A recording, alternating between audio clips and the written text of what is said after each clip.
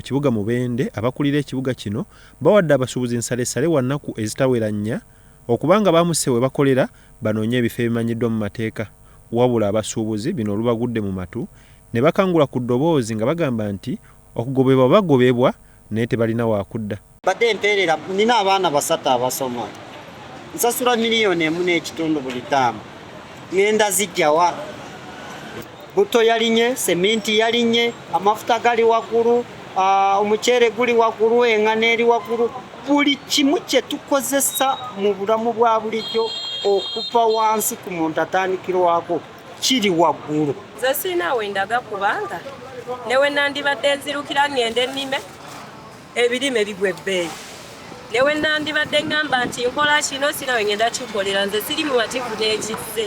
Bano bagamba nti n'ekisinga okubajjako enviiri ku mutwe kwe kuba nti babadde baakamala okusasula ensimbi ezibakkiriza okukolera mu bifo ebali. Essaawa eno batugobanga $200 baagirya kati baagala tuddewa.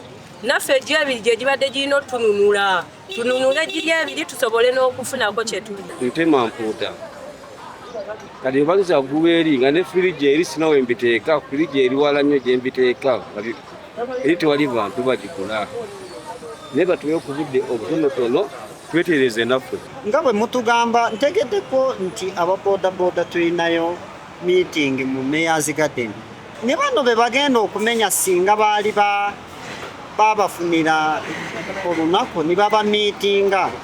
Okusinziira ku ssula nga ye mukwanaganya w'emmotoka ezitikka mu taxi park e Mubende agamba nti ekiragiro tekibakosezza okuggyako abaali beewaggula.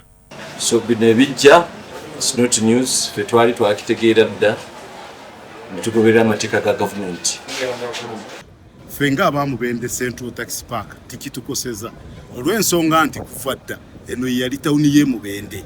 Lwakuba nti abantu baali basengukira eri ku highway nga n'olwobuuza omuntu mu Mubende akugamba tawuni y'e Mubende eri ku highway.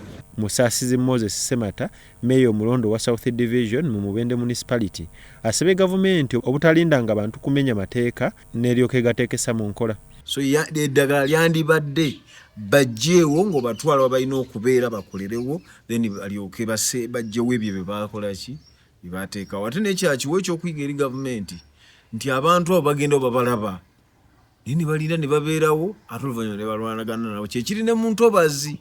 Wabula bino byonna nga bigenda mu maaso ate n'abasuubuzi abakolera mu bizimbe bakaaba oluvannyuma lwa URA okuggala ebizimbe mwe bakolera. Kati essaawa zino URA bw'eba musazeeko ate ne ku kkubo ne bakutaayiza ne bakugobako Uganda mutulekawa. Nze ndaba okunyigirizibwa ate kususse we kwandibadde kukoma. Naye neewuunyiza okufuna ripooti ng'amaduuka baggaddewo amaduuka baagasibye ne bagassaako n'essiiru ku muntu azze asasula bulungi nnyo emisolo ne bamugamba nti ffe ssente zaffe tezinnawe saayo ssente.